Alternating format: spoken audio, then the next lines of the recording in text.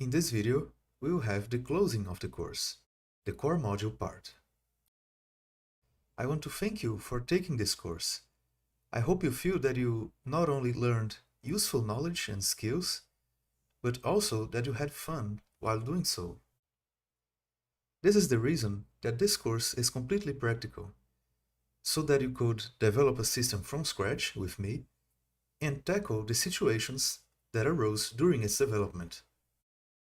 So I hope you feel that your time was well spent for both the knowledge you gained and for the experience you had, which I hope was overall enjoyable. But still, there is a lot more to learn.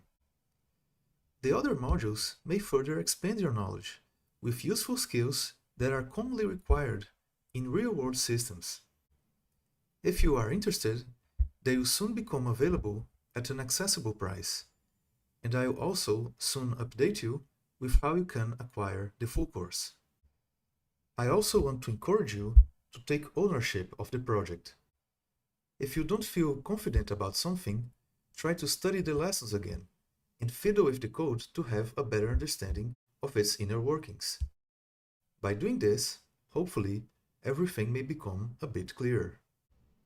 If you want, you can even try to think of different or even better solutions to the situations presented throughout the course.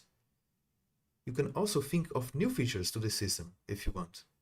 All of this will make you have more agency over the project. In this section, I want to thank several people for varying reasons.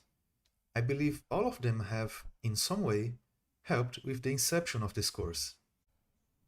I want to thank Professor Nélio Alves for his Java course, which really helped me consolidate overall programming knowledge, and also for his own project, which heavily inspired this one.